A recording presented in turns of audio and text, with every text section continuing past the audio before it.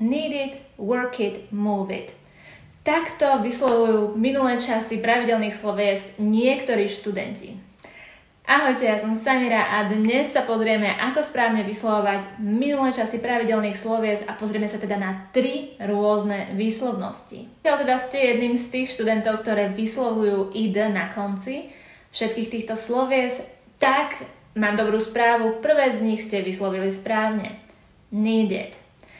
Slovesá, ktoré končia na T alebo D, teda ten zvuk, ako napríklad decide. Decide je rozhodnúť sa.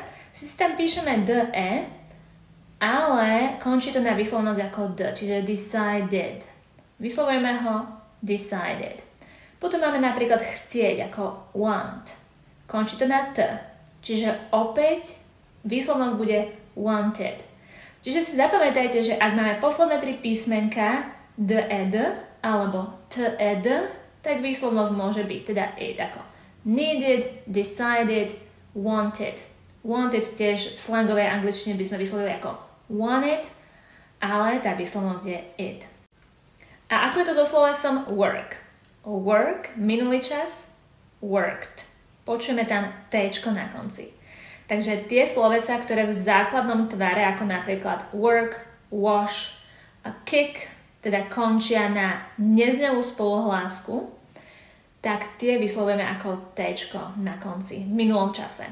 Možno neviete, ktoré sú to neznelé spoluhlásky, ja som si ich tiež musela vygoogliť, takže vám ich teraz prezentujem na obrazovke. A keď teda počujete, alebo keď tam máte niektorú z nich, tak výslovnosť je T. Work, worked. Wash, washed.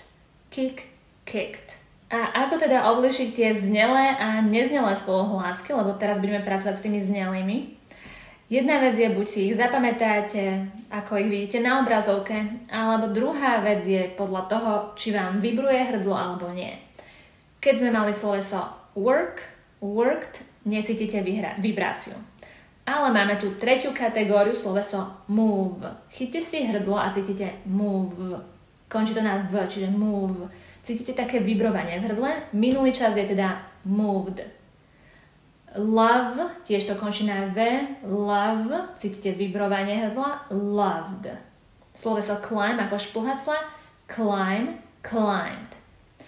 Takže toto sú 3 rôzne výslovnosti písmen ED, čiže v angličtine ED. Poďme si to teda zhrnúť.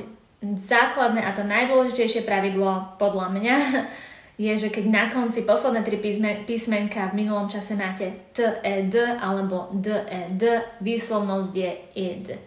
Wanted, needed, decided. Ak máte iné sloveso, ktoré končí na ED, tak snažte sa byť pri tom prirodzený. Work, worked. Samo o sebe tam ide to T-čko skôr. Love, loved. Čiže nemusíte až tak premýšľať nad tým. Povedala som vám tu nejaké pravidlá. Snažte sa, aby to bolo čo najprirodzenejšie, ale počujete tú výslovnosť. Worked na T-čko, pretože hrdlo nám nevibruje. Moved, D-čko, pretože nám hrdlo vibruje. Dobre, takže toto sú základné pravidlá, ako vyslovovať minulý čas pravidelných slovies.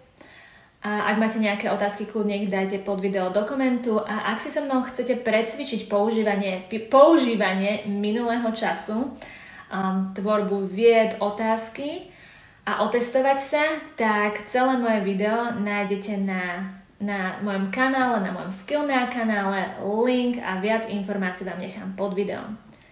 Thank you for watching and have a great day.